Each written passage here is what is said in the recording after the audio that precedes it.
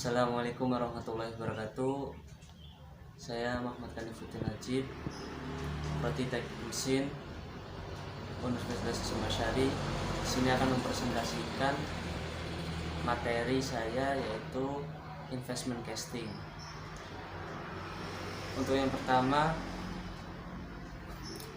sebelum mendalam ke investment casting, kita harus mengetahui dulu apa sih pengecoran logam itu. Jadi pengecoran logam sendiri adalah suatu proses manufaktur yang menggunakan logam cair dan cetakan untuk menghasilkan bentuk yang mendekati bentuk geometri akhir produk jadi. Logam cair akan dituangkan atau ditekan ke dalam cetakan yang memiliki rongga cetak sesuai dengan bentuk atau desain yang diinginkan. Jadi pengecoran logam sendiri adalah proses penuangan logam cair pada cetakan yang sudah didesain sesuai dengan apa yang diinginkan. Jadi itu. Untuk selanjutnya yaitu investment casting sendiri adalah sebuah proses mengecor logam ke dalam cetakan atau menuangkan sluri untuk proses coating kepala yang diatur pada temperatur kamar.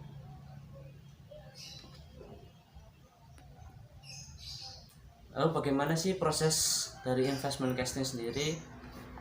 Proses investment casting sendiri ialah proses pembentukan cetakan dibuat dari pasir cetak yang diawali dengan pembuatan model, dan untuk model yang dipakai dalam proses ini ialah dipilih dari bahan-bahan yang memang memiliki titik cair sangat rendah, contohnya lilin. Ini digunakan dalam berbagai pembuatan model yang dibentuk dengan bahan lilin. Selanjutnya dilapisi dengan bahan pelapis seperti etil atau sodium silikat untuk menghaluskan permukaan model sendiri. Nah, lalu selanjutnya yaitu alur dari proses investment casting sendiri. Yang pertama, kita harus membuat pola lilin.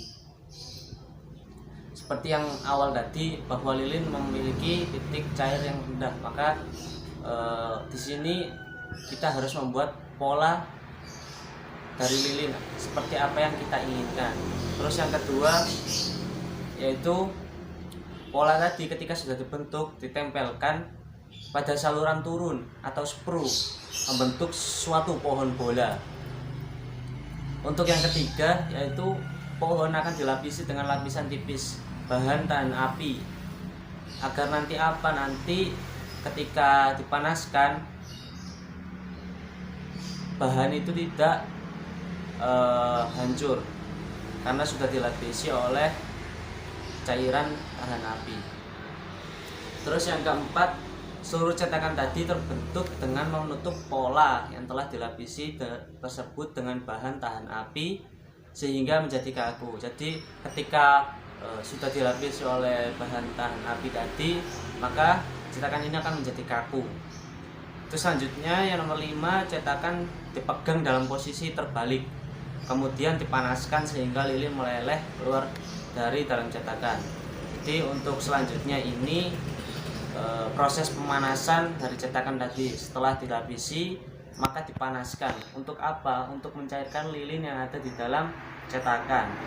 Untuk selanjutnya yaitu cetakan dipanaskan kembali dalam suhu tinggi sehingga semua kotoran terbuang dari cetakan dan semua logam cair dapat masuk ke dalam bagian-bagian yang disebut proses preheating.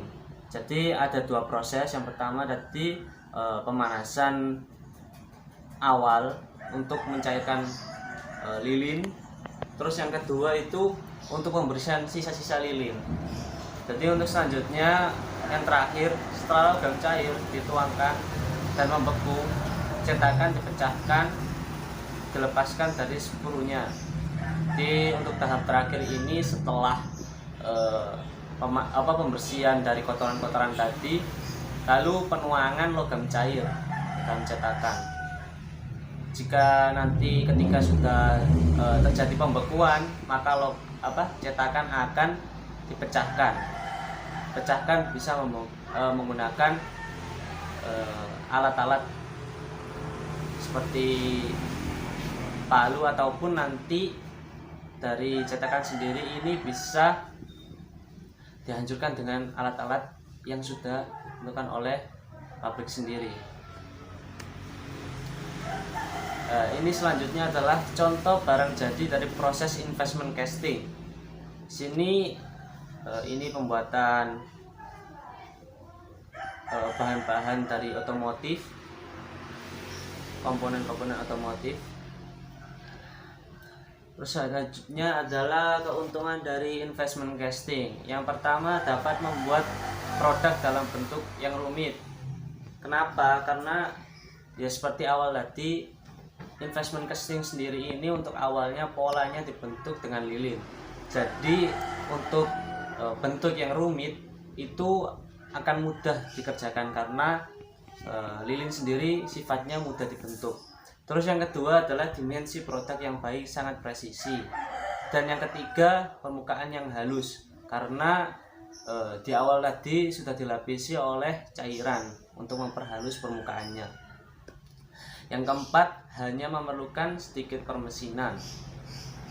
Terus yang kelima, dapat memproduksi banyak produk dalam satu kali proses pengecoran. Itu tadi keuntungan dari investment casting sendiri. Di sisi lain, pasti investment casting sendiri juga mempunyai kekurangan. Untuk kekurangan dari investment casting sendiri, yang pertama, biayanya yang tinggi. Kenapa? Karena itu tadi prosesnya yang agak lama juga, dan juga bahan-bahan yang dibutuhkan memang sangat banyak. Lalu yang kedua, hampir tidak dapat didaur ulang. Dalam artian ketika terjadi cacat ataupun kerusakan, maka dari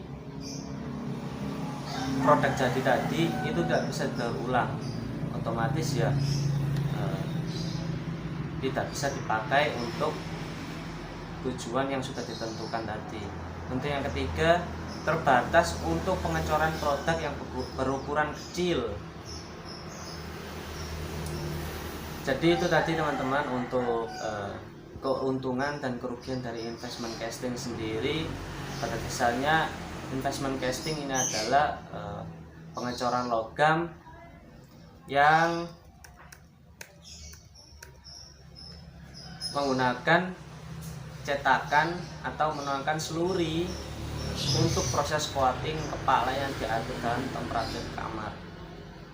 Oke teman-teman, untuk itu tadi presentasi dari saya. Untuk kurang lebihnya saya mohon maaf. Wassalamualaikum warahmatullahi wabarakatuh.